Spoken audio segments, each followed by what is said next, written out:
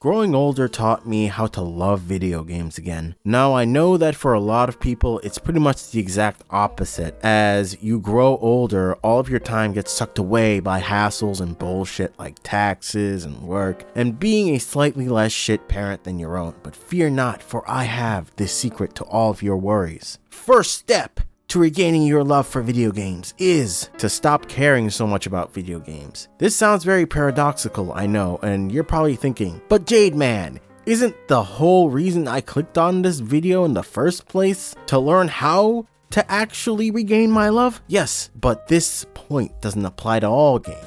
You need to stop caring about all the games you don't find fun. Story time. I had a teacher in middle school that hated steak. She couldn't even look at it without being nauseous.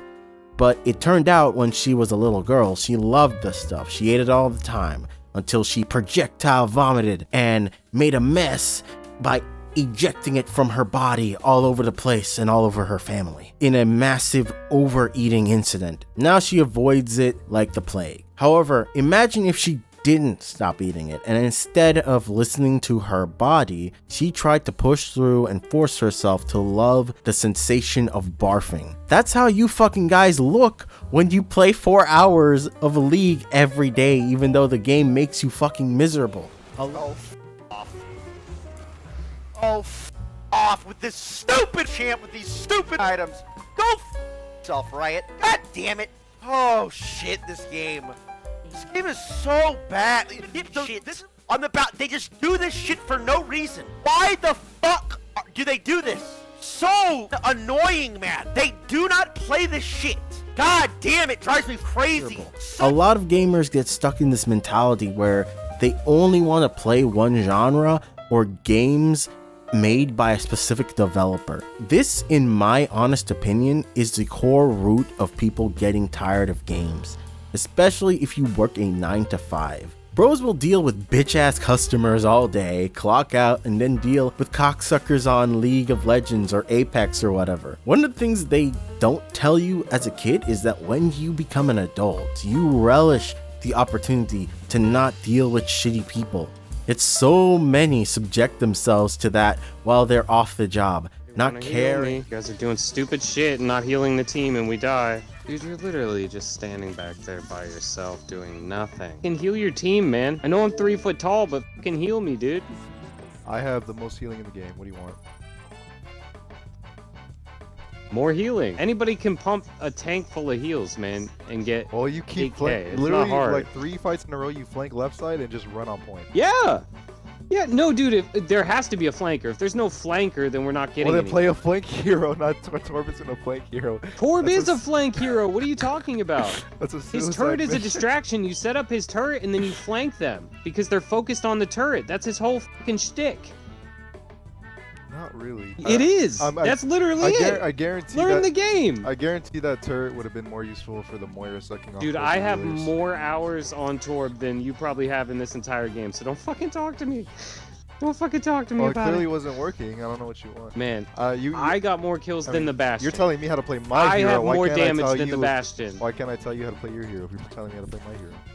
Bro, just heal the team and shut the fuck up. That's You're what doing my weird character is shit. made. What do you mean? You said I'm sitting in the back. That's what. Not caring as much about games is about identifying the games that you're not enjoying and dropping them immediately. That includes all the multiplayer games that you feel obligated to play but are actually making you miserable. The other genre of games I feel like I need to mention is large open world action adventure games. The thing I've noticed about how people approach these games is that they have a tendency to play them back to back, and I think that's just a recipe for burnout. Whenever I play games like these, I usually don't play another one for a long time because it takes a lot out of me. Honestly, I don't even know how you fucking weirdos even manage to do multiple of these games back to back. It's impressive nonetheless though. Confession time to all of you guys out there. I never finished Breath of the Wild. Get out there! That nigga is get out there! Gasp.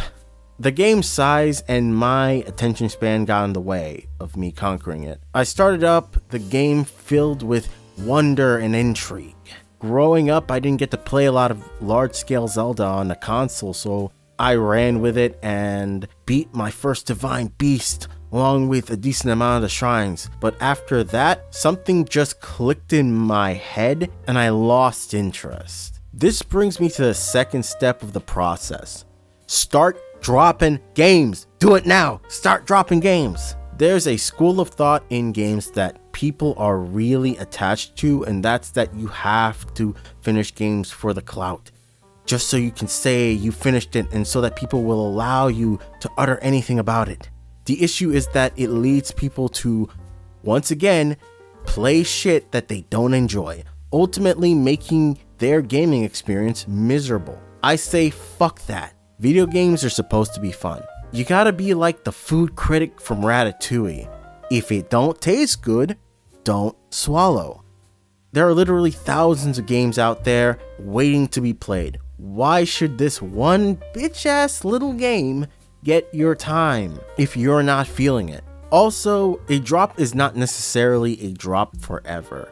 If you feel like going back and trying the game again, by all means, but remember, have fun with it. Now, I know what you're thinking, but Jade Man, if I drop all the games, then what am I gonna play? That's the beauty of it, hypothetical viewer. As I mentioned earlier, there are literally thousands of games out there waiting for you to play them, which leads me to the third step. Explore games outside your comfort zone. You gotta think of yourself as a Simon or Kamina from Tengen Toppa Gurren Lagann. For those of you not in the know, in Gurren Lagann, the main character Simon is a digger in a village underground. The people of the village haven't lived on the surface for a long ass time and actively avoid going up in fear. One day, Simon meets his big dick Sigma Chad, Kamina brother, that says, "Hey nerd, we're going to the surface." They channel their inner Sigma Chads and use the mech Lagann to drill to the surface, leading to one of the most iconic scenes in anime. The massive landscape that spirals out in all directions. That vast unending land that the Sigma Chads witnessed is the amount of games that really exist out there waiting for you to play them. You just don't realize it because you're locked away in your own personal underground cave of limitations. One example of a limitation that I've seen so frequently is the refusal by some to give non-Western games a chance, usually as a result of xenophobia and the aesthetic differences between Western AAA games and Eastern games. I'm not going to go on a tangent about this. If you want a video about Western versus Eastern gaming and the normie Western player mentality, comment down below. Another thing you may be thinking is why I'm so focused on the stereotypical Western AAA gamer. Well, hypothetical viewer, that's because it seems like that is the general player base that is the most disillusioned with gaming. It's not the indie gamers, it's not the weeb gamers, it's these guys, and I believe it's due to a lack of exploration and openness to new experiences. However, even if it's not the stereotypical target of this video, my advice to everyone stays the same.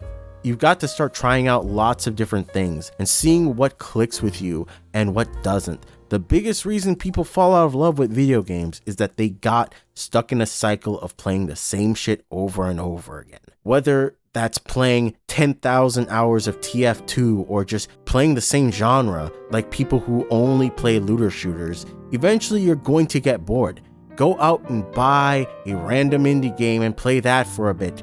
Curb your anti-anime, anti-Japanese xenophobia for 5 seconds to experience something new.